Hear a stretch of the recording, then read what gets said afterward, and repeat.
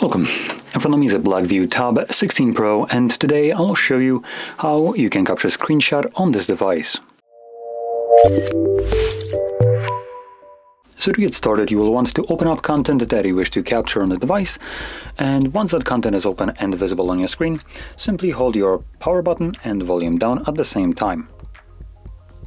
You'll have a flash along with the sound, and a screenshot will show up here, allowing you to capture a long screenshot and also share the screenshot that I have captured. And now after a moment it does disappear. Once it does so, you can find the screenshot that I have captured in your Photos application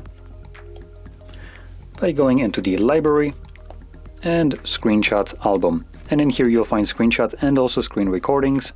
So here's my screenshot. Now, with that being said, if you found this very helpful, don't forget to hit like, subscribe, and thanks for watching.